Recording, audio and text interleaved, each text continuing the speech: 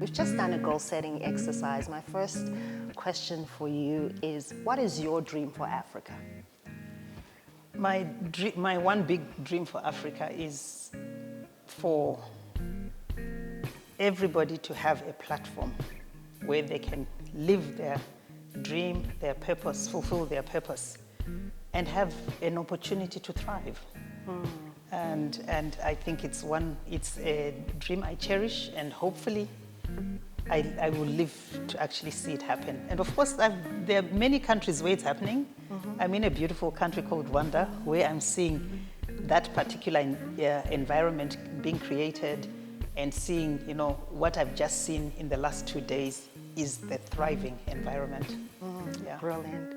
I mean, being from Africa, we are filled with so many challenges that can be both overwhelming and sometimes even traumatic experiences.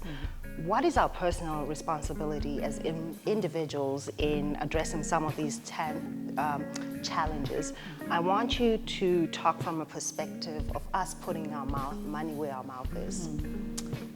First of all, we need to love our continent.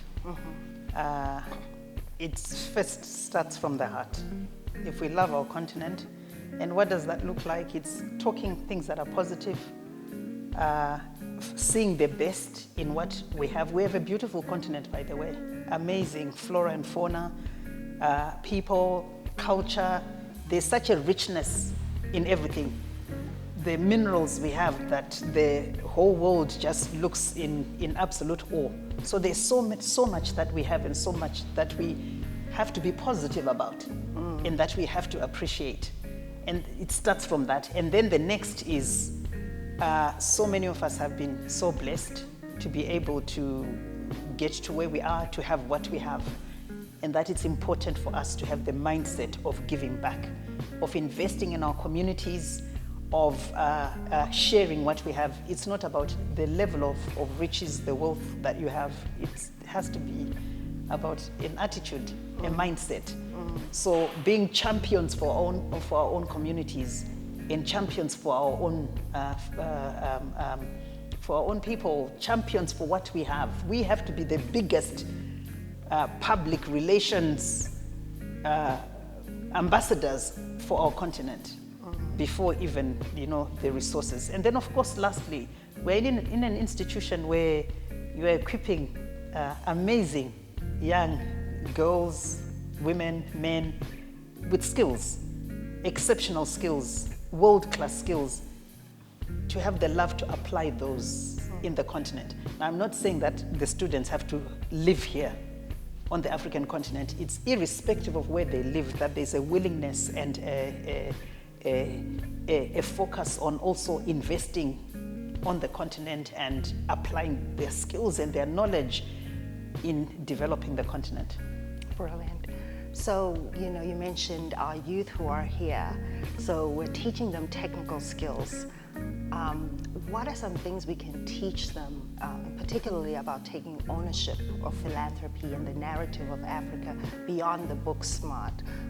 Also recognizing that they're dealing with bread and butter issues. What are some things that we can be teaching here at CMU-Africa?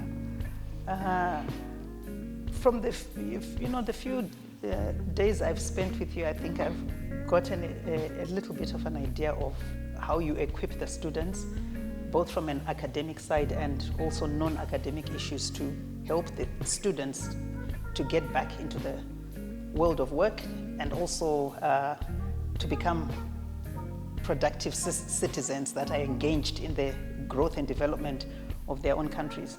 But I think added to that can be a strong spirit of volunteerism, where it's part and parcel of what we do, to volunteer to help using what we already have, which is maybe at least two things: time, giving of our time to equip others, to share our skills, and of course, secondly, the skills that we acquire. So if that becomes part of our culture, I think the pathway to growth and prosperity is a lot shorter, and also it's not a straight line, but it's easier than if we are all pursuing the best career, the best, highest paying job, or the most powerful position. That importance of investing in people, and through giving to people who may not have even capacity to say thank you or to give back or to recognize what you have done, is even more important. Yeah. I know that philanthropy is something that's near and dear to your heart. What do you say to people who say, let's strive and Tsitsi take care of it, the gates? What do you say to the average person in terms of their own personal responsibility? What advice would you give them? Well, you know, I come across so many good people. I think there's a lot of good in majority of us. But I think sometimes people think you have to make money first before you give. We didn't start by setting up a foundation and giving. We started giving when we didn't have the business. Econet didn't exist. High Life has existed longer than Econet because it's something that we set up by faith that one day when we will have laid the foundations. So my encouragement is, don't fear, don't think a person has to have money. And also sometimes, you know, people put all sorts of numbers and figures out there which can put off a lot of people. You don't have to be giving large sums of money.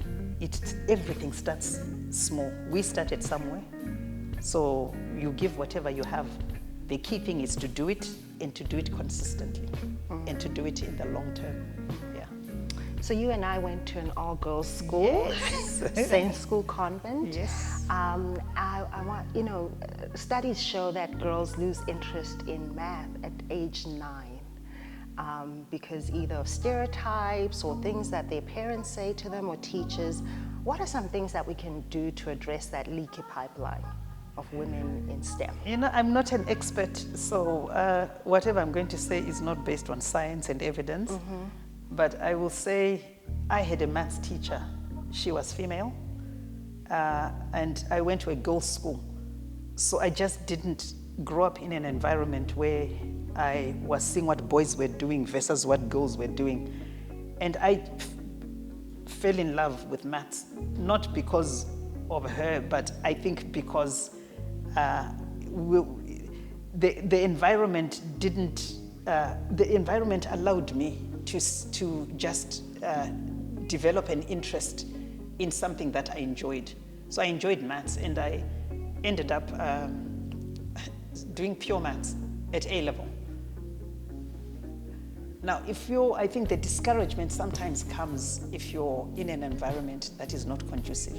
And unfortunately, the majority of our girls live in that kind of environment, where there's a lot of poverty, where there's a lack of resources, books, where sometimes parents just don't have the time to inspire their daughters to go into science. Why? Because majority of the parents are out there in the field, tilling the land and trying to eke out a living. So that environment in itself just makes it impossible to even begin to think that girls can thrive in science, in maths, in biology, in chemistry, physics, let alone go to school.